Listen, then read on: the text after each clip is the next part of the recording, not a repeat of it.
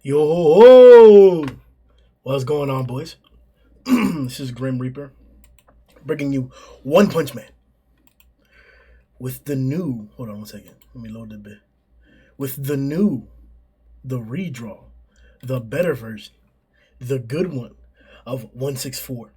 Now, we're not going to spend a lot of time in the intro. Like the video and subscribe because we have a lot to get to. And I don't want this video to be 100 years long, but it is what it is because we're going to touch on all the stuff we got to touch on. So all right, there we go.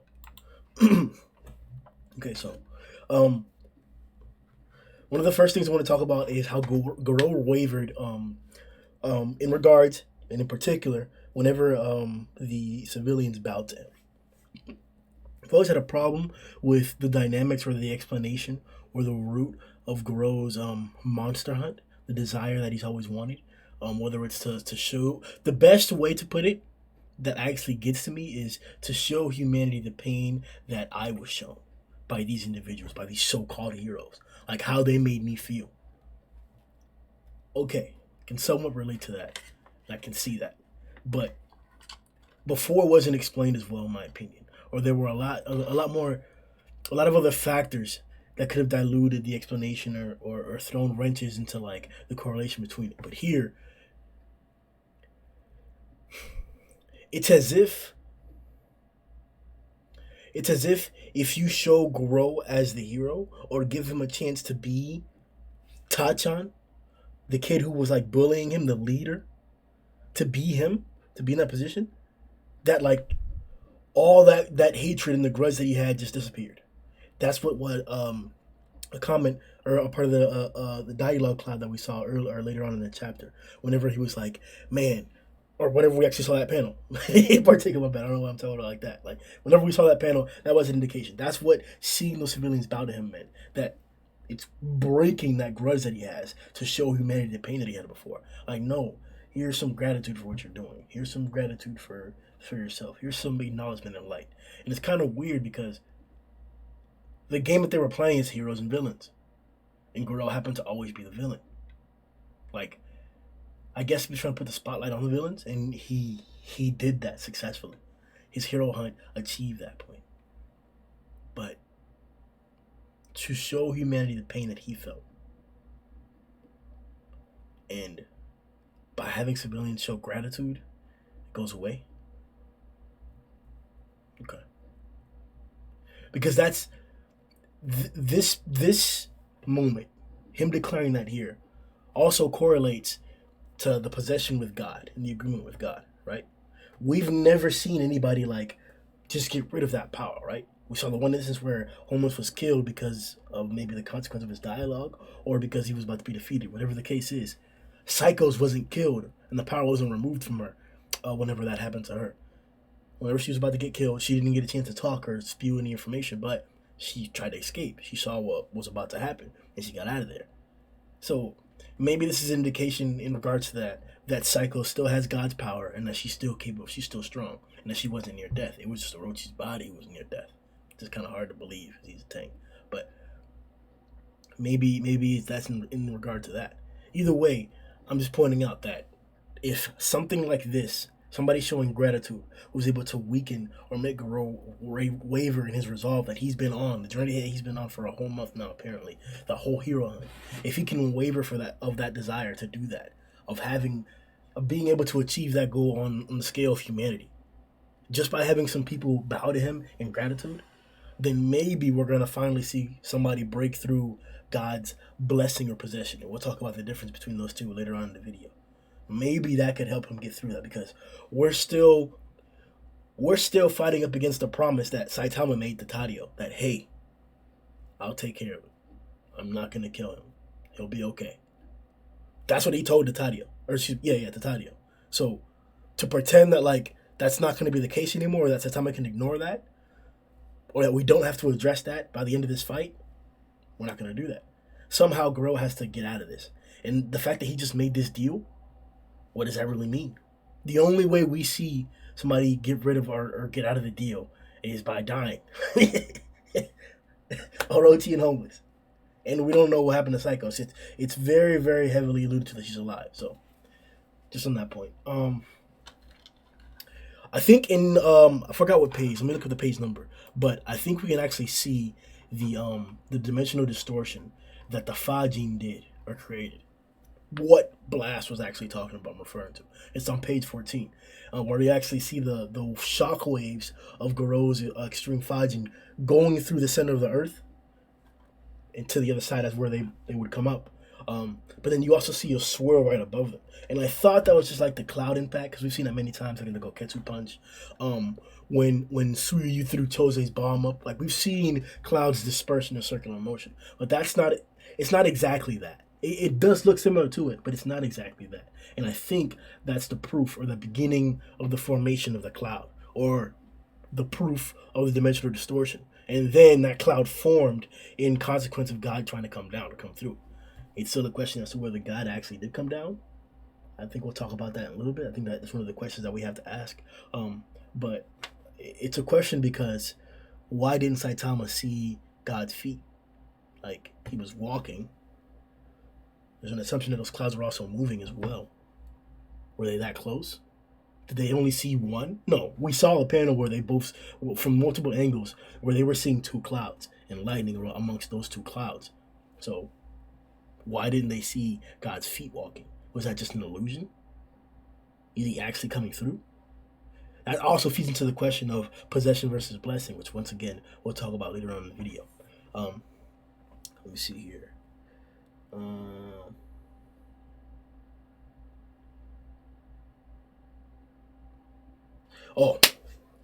In core, along with the attack, the extreme Fajin, Garou it maintained, or my bad, Murata kept it in the chapter in canon that they did. Garou did end up pushing up a temple on the other side of the earth. Does that have something to do with God coming through? Previously in the other iteration, in 164 before this, before the redraw, I thought so. I thought that this was going to be what or where God would be coming into Earth or into like reality, if he was going to be doing that in general. Like if it was going to be the case that yes, God is breaking through and he's going to come to Earth, which we still have not had yet. We have the constant moon towering above us as God's eye still. We saw his full physical body, or an image of that, on the moon before. So we know that he's not necessarily actually on the moon. Could be. Very small chance of that. But does that mean that in this other dimension it's a replica of Earth? It's the exact same thing. Is it like I forgot what other source I've read this from, but there's a few of them. Maybe it's even the glass world or the parallel world. I forgot what the actual name of it is in Marvel, where there's another dimension that's overlapping and in exactitude of the actual dimension that you're in right now, but they just has some different properties. If that's the case, then God was on the moon in his dimension. Maybe that's how it is. I'm not sure of the case. I just know that I don't think God was on the moon. And this temple popping up before, I was predicting that God was going to come out of there, where there's going to be a body in there that God would possess and come out because of this dimensional distortion, or another badass monster, or like, yeah, maybe that's where they buried Boros, and that's I don't know. There was all kinds of different thoughts and theories that I read, or things that or comments that I read of people that made me think of different possibilities and scenarios that weren't necessarily credible or necessarily supported or put together, but it just makes you think, and that's the fun part. The possibilities that one would actually get into. Because now I'm seeing in the comment sections that people are talking about that there's a lot more improvisation in the manga, and that it may be to the benefit of the storyline. In particular, it's shown out greatly in the Monster Association arc from the beginning to the end. There's been a lot of complaints as well. When I say a lot, I shouldn't say a lot because it makes it seem as if like it's more than half. No, the very small minority of comments are complaints in regards to the arc. And yes, there may be some times where certain portions of the Garou fight, for example, were kind of a letdown to some webcomic readers, but it was solely because they were making a comparison between the two. They were like, hey, this happened this way in the webcomic. I was hoping that would happen in the same exact way in the manga, but with better art. But it wasn't to their satisfaction. Whatever the case is, this chapter in particular has curved those opinions completely. And it's why we have so much more to talk about here. For example, I got all this paperwork in front of me. But it's also the majority of the comments, which is why I can say it's a very small minority of individuals. But yeah, temple and God correlation. I'm still wondering what that is, because God was gonna be the big outlying or next art plot line that was going on, right? Because we have smaller ones like Suryu and stuff like that, but the big one was gonna be, oh, God was possessing people in the Marshall City arc. When it's that time, we're gonna fight him. Even Matt in the podcast was like, "Oh nah, we're not gonna resolve the God plotline in this arc, but we're getting closer and closer to doing that." Now we have one of the strongest individuals, a main character, somebody who was even promised by Saitama to remain alive if he's the one fighting him, now involved with God. So either God's gonna come down, either this is God's last herald, as one of the loved commenters mentioned. I forgot his name, but I was reading hella comments today, bro. Um, or I don't think he just manifest. That's the whole problem, right? He's been possessing other people to do his bidding or whatever, but or not possessing, blessing or possessing people to do his bidding. But let's continue. So we get a confirmation that Blast and God are in a different dimension.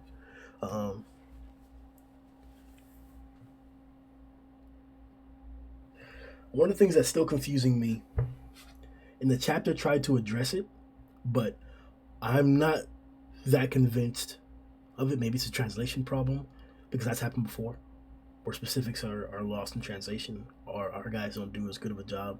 And it's not a down, so to downplay them or to put them down. Like, they do an exceptional job of translating, and they're consistent with it as well. It's just that I'm just saying, even Viz translates things weirdly.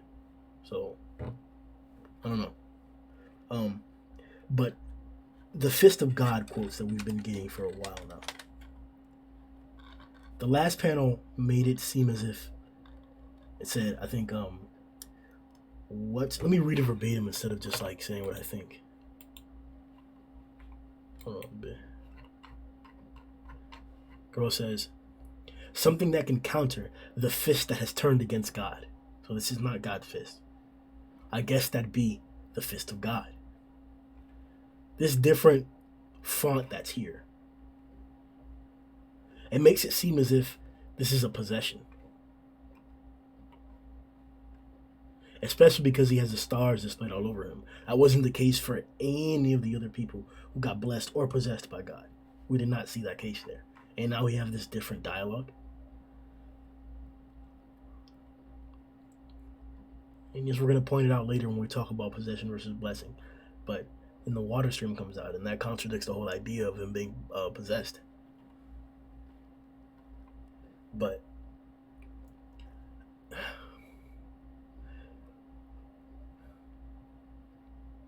Saitama hadn't done anything significant in front of God, or that we would have known of, before Sage arrived. Saitama wasn't out there. Saitama came out and bodied even natural water. Ocean, excuse me. That's when Saitama became active on the surface. So the fist that turned against God was not referring to Saitama originally. It had to have been referring to Garou. But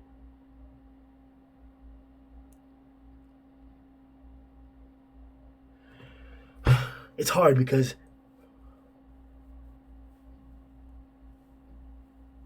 why Garou came to the surface and was fighting monsters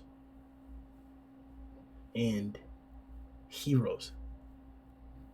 And there wasn't anybody necessarily who was like a herald of God that Garou encountered. I guess if you want to say that God was on the side of the Martial Association in general, sure. That's why he blessed homeless and psychos. But there's no reason for the fist that has turned against God to be referring to Saitama when Garou arrived and was fighting everybody, including heroes and monsters. And then Sage came out to give us the quote that I'm here to represent for God or whatever. So, like, no, it's not talking about Saitama. It's talking about Garou. So I'm saying, is there a translation issue from those previous chapters? There's a lot more information that I could try and speculate. But it seems as if this chapter here and this panel here is either clarifying or retconning or reiterating that yes, the fist that has turned against God, Sage's purpose, and maybe even Natural Ocean's blessing, because maybe he was blessed, and I'm gonna reread that again to see if that was the case, because it was weird. Yeah, he went into the ocean and we thought that was gonna be the case, but why was Sage talking about that? Why was Sage talking about or speaking about even Natural Ocean as if they were comrades? Was even Natural Ocean blessed? And why is that not a more common idea in the community? I mean, I don't really listen or watch them any other like content creators, and I'm not on like Reddit all the time for like discussion topics. But like, has anybody brought that up? Like, has anybody really thought about that? I know I've mentioned that before, whether even Natural Ocean was blessed by God, or whether like, because then it's the same question about Sage, right? Where's Sage from?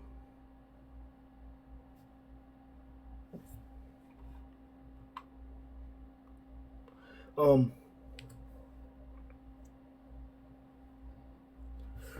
I also found it interesting that the gap between Saitama and Garou is what brought up those memories of Tachan, where he's like the embodiment of unfairness. Like, first of all, that's a badass way to describe Saitama. Like, he's just an unfair fighter. Like, damn. But does this add another dimension to the hate or backstory of Garou? Like, is it because he kept losing? Like, we know that's part of it. That the villain was always bad, and he always happened to always be the villain, and he never got any shine or no attention, and he was always mistreated because of it. We get that, but was the physical aspect of losing all the time also a big factor? I'm assuming yes, and that would be the case. But like, damn, I can't beat this guy. I just can't beat him. And he starts thinking of Tachan, people that were blowing him before. I found that to be weird, but maybe that's the thought process we should have. Because he even screams, "There's no way I'll let myself lose to him," like as if he's picturing Tachan.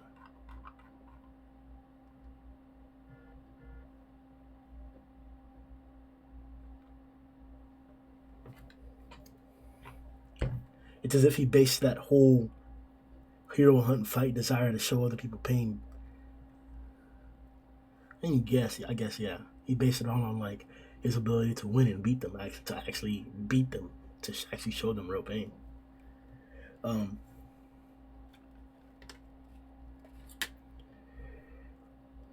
Talking about like appearance of this chapter or aesthetics, man, it was just spectacular.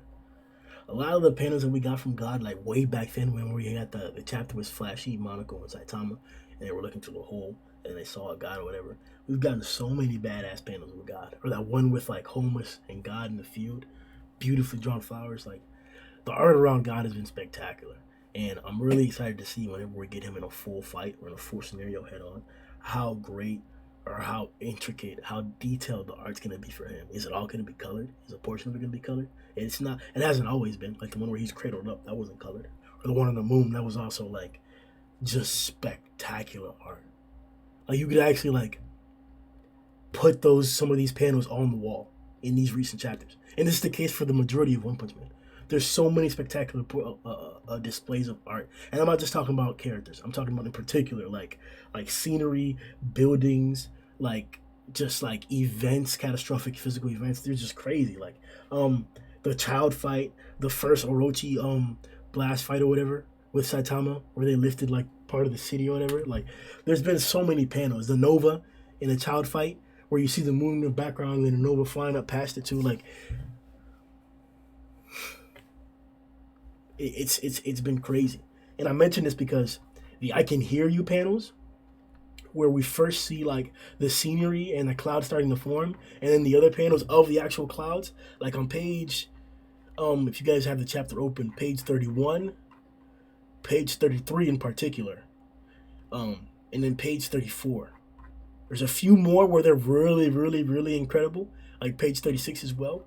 But page 33 is what I'm trying to emphasize as like just how spectacular this art is. I'm pretty sure I've seen pictures of something like this before of swirling clouds, like either a real life rendering or something like that, and this looks exactly like it.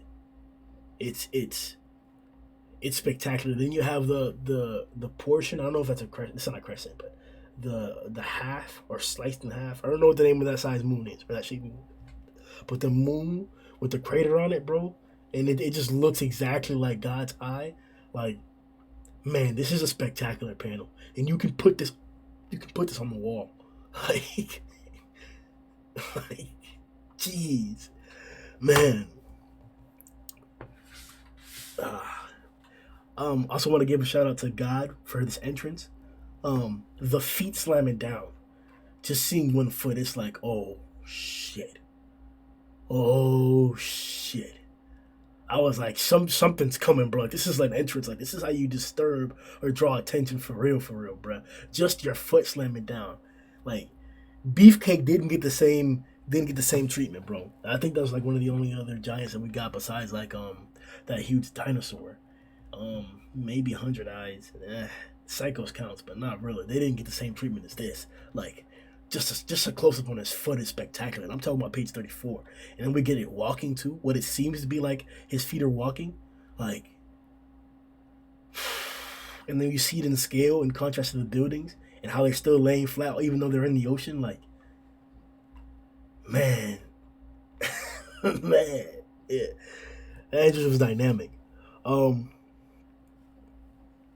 that's what brings the question here. So okay, let me. There's another questions. The question is, was God actually physically on Earth, and why couldn't Saitama see his feet? So, page 36, we see two different angles, or the aspect of the clouds from two different viewpoints. This is after we've seen the panel of God touching, or his foot touching the earth in two different instances, each of which a cloud has a foot coming out of it. But the panel after that, they aren't seeing those feet. So why is God still invisible to Saitama and the rest of the people? Could Garou see it? Was he actually on Earth? Or was this some dimensional distortion where he's just like, I don't know. I think that cloud means that he was actually there. There's no other individual who could have done that or who would have done that or who was here to do that. And God came out of it. So why would I not believe that God created that cloud distortion? I think he's invisible. I think he was actually there. But I don't know. So then we get into the good part where all the speculation and discussion comes in. So what are the dynamics of God's proposals? So we've talked about, and I've mentioned multiple times in this video now, the difference, or I've alluded to, blessings versus possession. Now, we haven't necessarily seen an instance or an example of possession. All the instances we have are what I would categorize as blessings. So where he's giving individuals power, and they are retaining all of their ability, all of their consciousness, control of their body, as far as we know, control of their intentions and their goals. It is their own. That's why Homos' dialogue was that of which it was, like trying or wanting to destroy all of humanity, because he already had that. As far as we can tell, those were his like thoughts, or his evil thoughts already. His thoughts that were leading him to suicide, or what he believed. That's what was already in his head. So his dialogue kind of matched. Maybe you could reread and find a different viewpoint. Maybe in your reread you could find the viewpoint that Homos' dialogue is, we've only seen Homos' dialogue after the point at which he got powers. Really, we only have a small portion before, and that the portion after is a lot more hardcore about actually going about killing humanity, while the portion before was more about complaining about his individual circumstance. However you want to see it and emphasize it, that is an example of a blessing, where God gives you power, and whether it's a power increase, which is hard to distinguish in regards to Orochi and Psychos, or whether it's actual abilities, like in Homos' case, and it could be both, because not only did Homos become incredibly stronger, but he gained abilities. So Maybe that's hard to break down. Maybe his abilities were just like that level of strength. But Homos didn't look like a fighter, and he was out there like Homos is out there, bro. Like, he was out there, like, he saw he literally looked at a bullet that Zombie shot, one of his special bullets at him, and then had an orb come out and block it. And it wasn't like, they're not autonomous. This is sentience. So, he's gained some ability as well. He was a regular human. He wasn't a hero. He wasn't a fighter. We have no indication of that. And he's able to react like that. So, Homeless did gain ability Homeless did gain power as well as an ability. The ability I'm talking about are those orbs, the creation of those orbs. But his power level also increased as well. For Psychos and Orochi, it's difficult to tell because they could both do blasts. We saw in the redraw what the Orochi versus Flight was turned into, but in the version before that, we also saw Orochi send out blasts. And in the in-canon version of the Garou fight, we've also seen Orochi throw out blasts as well. So Orochi has cannons. In Psychos, we saw the lasers from her eyes. Maybe that union is why we saw the increase in power of her blast, because she did it from like a little triangle thing. Is really how she was doing it, from what I can remember. So I'm not saying that God wasn't involved in amplifying that or giving them power, but it could be that those were abilities that they already had, and that their fusion turned it into some like Delta Earth Cutter type thing. Maybe not. Maybe they could only do an attack like that because of God's blessing. And in both instances, I'm agreeing that the power that was given to them allowed them to be at that scale, allowed the attack to be at that scale, and allowed their fighting abilities to be at that scale. It's because of God's blessing. But I'm simply arguing that Orochi and Psychos could already do blasts. They could already do that. They could already split. Orochi could already splinter out different like heads. Those heads just changed in shape and design into like dogs and stuff. Inside Orochi's case, but in Orochi's case, he already had a bunch of different dragons, which he's really consistent of his body, just a bunch of dragon heads. So that's what a blessing seems to be, where God gives you. He's not taking control of you in any sense of these abilities and or power. In the case of possession, which I'm questioning and I've mentioned because of the instance of Garou's appearance. In the case of possession, he is physically here in your body, in control.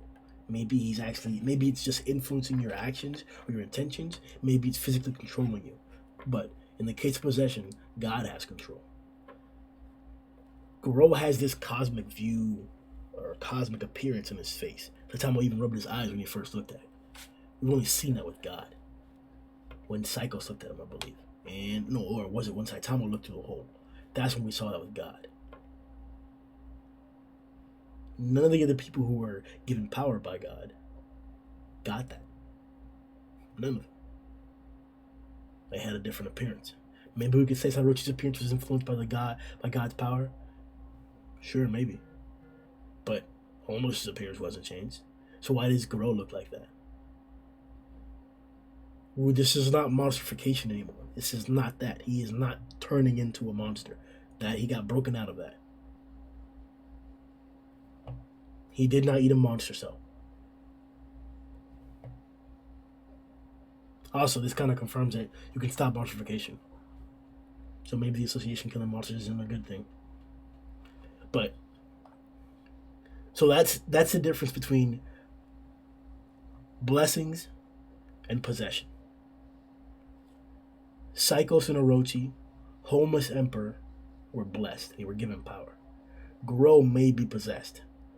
The changing in font and the dialogue there somewhat alludes, the font change and Garou's appearance, the cosmic appearance which you saw in God, are what are making me allude to the side that he's possessed and not blessed right now. But him pulling out the water stream, something that I wouldn't think God could do when he hasn't shown any instance of being able to copy people's abilities by watching them, seems to be Garou. Maybe Garou is in charge. Maybe this dialogue is Garou because he was thinking about the fish that turned against God quote from earlier already. Maybe that's just him talking out loud about it. Maybe that's the display or the confirmation that this is Garou. And that seems like the more credible side, the side that it is, that this is Garou who's just been blessed and not possessed. But we could see different things. Remember, there was a dimensional distortion. God was attempting to break through. Blasting the boys were trying to come out and stop it, but coincidentally, whatchamacallit, Garou or God managed to come out here and propose this to Garou first. So, um, some more of the dynamics of the proposals. There are questions like, is it only when you're down and at your lowest where God is offering these instances? The only anomaly or the only instance outside of that phrasing to where you're at your lowest is whenever Saitama, Flashy, and Monaco touched the box and then it started to talk to them. They weren't at their lowest. They weren't in peril. They weren't desperate for their lives, but they were still offered the opportunity. But the dialogue there was different, and I think that was the only instance where somebody was proposed through the box and not directly by God in a different instance, or God didn't come to them. So maybe those boxes go about it differently. Maybe there's a programming in there, or maybe there's like a programming into those boxes that proposes in a different way than what God actually does himself. Because in these propositions, coincidentally, he showed himself in actuality, from what we can tell, to homeless and psychos. But to Garou and Tatsumaki, he schemed and took the image of beloved individuals to them to help convince them. Tatsumaki saw through it, but Garou did it, as far as we can tell.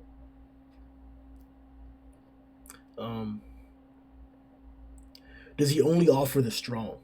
That's another question that was asked. Homeless seems to be the only anomaly in regards to that. Tatsumaki was incredibly powerful. Our 18 cycles already are incredibly powerful, and Garou was incredibly powerful. But homeless was a lowly human, just about to commit suicide. Just any individual. Was this the path along God's journey? Just trying these different heralds, disciples, until he's finally gotten to this perfect disciple, Garou? Is that what it's been? That he's been trying to get all these different people to do his bidding, but they've all failed, and now he's trying to get Garou to do it?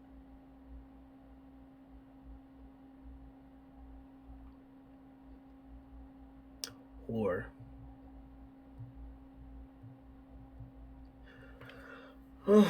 no, because if he only offered the strong, then the other reasons would become less important.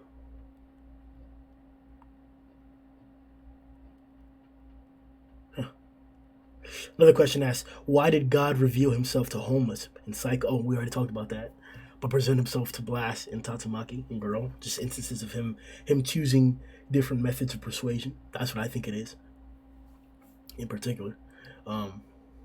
Does that difference in approach mean there's no specific requirement to receive his blessing, such as being at your worst? That does make you question that. The fact that he's like going about it in different ways. Because we talked about the cube being a different method of proposal. We talked about we've just now mentioned how he took he manifested himself as Blast and Bang to Garou and Tatsumaki, but for Psychos and in Orochi that wasn't the case. So does that mean that there really isn't a rule or any specific reason as to why he's possessing or blessing these certain individuals?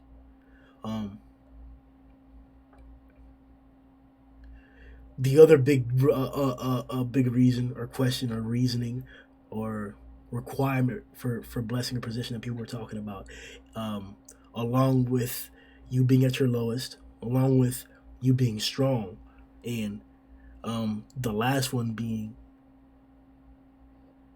a hate for humanity. Are those three required? Are any of those three in particular the minimal? Again, none of those things are true for Saitama, Flashy, or Monaco and their encounter with the box. So I don't know.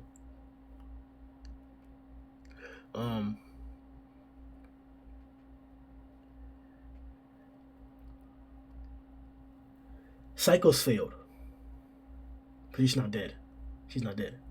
So that helps confirm that a homeless died from God in the result of God's influence or whatever, or removal of power or whatever, because of what he was going to say. So what was he going to say?